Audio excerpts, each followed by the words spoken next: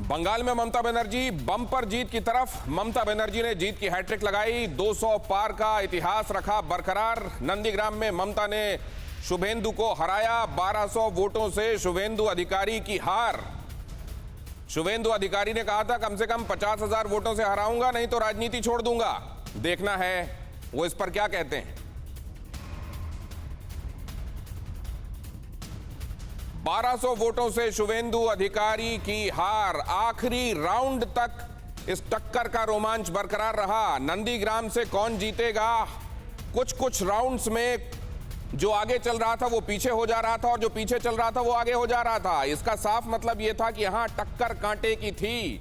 पहले शुभेंदु अधिकारी ने बढ़त बनाए रखी जो करीब 8वें राउंड तक चली। उसके बाद ममता बनर्जी आगे हो गई और उसके बाद एक बार फिर से शुभेंदु अधिकारी ने बढ़त बनाई। हालांकि ये बढ़त केवल 6 वोटों की थी और उसके बाद आखिरकार आखिरी राउंड की जब गिनती हुई तो 1200 वोटों से ममता बनर्जी जीती हुई डिक्लेयर की गई।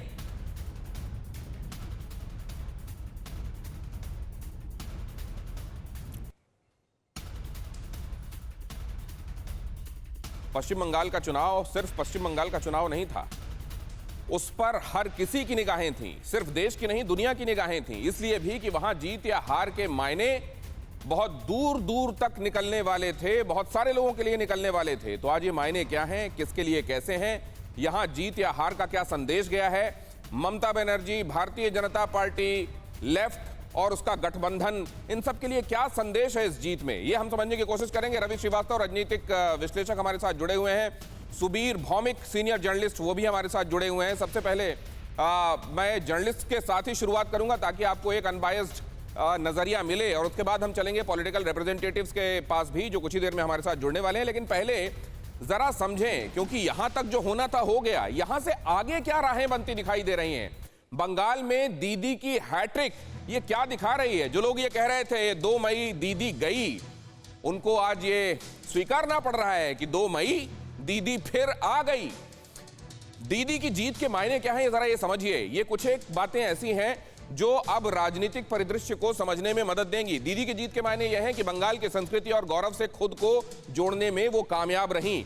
भारतीय जनता पार्टी ये कह रही थी गौरव और संस्कृति एक तरीके से खो गई है, उसको रिस्टोर करने के लिए हम आ रहे हैं। ममता बनर्जी ने कहा वो है और मैं उसकी कस्टोडियन हूं और ये बात वहां की जनता ने स्वीकारा। मोदी विरोधी विपक्ष का नेतृत्व कर सकती है ममता बनर्जी, ये बहुत अहम बात है। अब ये कहा जा रहा है कि कांग्रेस एक तरीके से कमजोर स्थिति में पड़ी हुई है। कौन होगा जो लीड करेगा, कौन होगा जिसके आसपास बाकी रैली करेंगे और वो विपक्ष का मुख्य चेहरा बनेगी। ममता बनर्जी के लिए कहा जा रहा है कि ममता बनर्जी अब विपक्ष को लीड कर सकती हैं।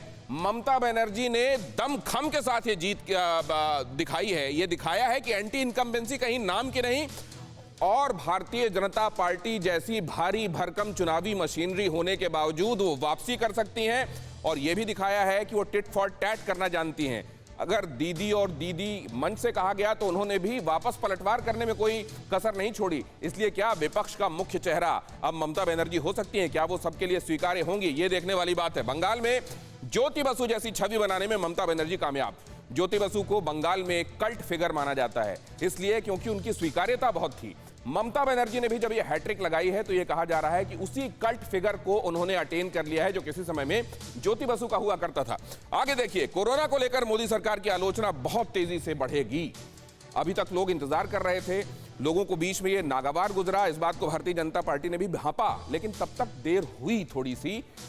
रैलियां बाद में कैंसिल की गई जो राज्य के लिए प्रस्तावित थी, लेकिन लोग तब तक ये कहने लगे थे कि एक तरफ इधर आप देखें लोगों की परेशानियां, जलती हुई चिताएं और उधर रैलियां चल रही हैं।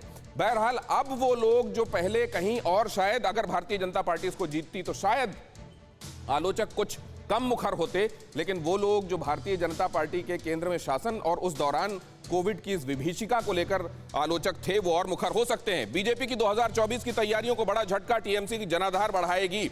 भारतीय जनता पार्टी ये सोच रही है कि 2024 की तैयारी अभी से शुरू करना होगा और भारतीय जनता पार्टी इस मामले में बहुत फोरसाइटेड है, इसमें किसी को कोई संशय नहीं होना चाहिए।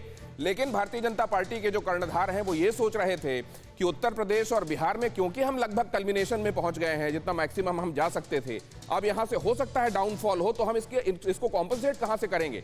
कॉम्पनसेट करेंगे वेस्ट बंगाल से, ये समझा जा रहा था, लेकिन वेस्ट बंगाल से अब वो कॉम्पनसेशन 42 सीटों में से मैक्सिमम जीतने की कोशिश जो भारतीय जनता पार्टी यहां से करती 2024 के चुनावों में, अब क्योंकि यहां पर इतनी मजबूती के साथ तृणमूल कांग्रेस ने वापसी की है, तो यह थोड़ा मुश्किल दिखाई दे रहा है भारतीय जनता पार्टी के लिहाज से। कृषि कानूनों को लेकर मोदी सरकार पर किसान नेता दबाव बढ़ा सकते हैं। यह बार बार कहा गया कि देखिए, किसान सम्मान निधि आपको नहीं देनी दी दीदी ने। भारतीय जनता पार्टी ने इस बात को जाकर बार बार उठाया कि किसानों को लेकर जो हम वहां से योजनाएं चलाते हैं उसका लाभ नहीं मिलने देती दीदी। लेकिन अगर इसका असर होता तो आप जानते हैं, खेती करने वाली एक बड़ी आबादी है वेस्ट बंगाल में, तो इसका फायदा मिलना चाहिए था भारतीय जनता पार्टी को। वो नैरेटिव जो भारतीय जनता पार्टी ने सेट किया, लोगों ने बाय नहीं किया, वोटर्स ने दीदी को जिताया। लिहाजा वो लोग जो किसान आंदोलन में लगे हुए हैं वो और मुखर हो सकते हैं और केंद्र सरकार के लिए परेशानी का सबब बन सकते हैं। फिक्र आपकी, सोमवार से शुक्रवार रात 9 बजे सिर्फ TV9 भारतवर्ष पर।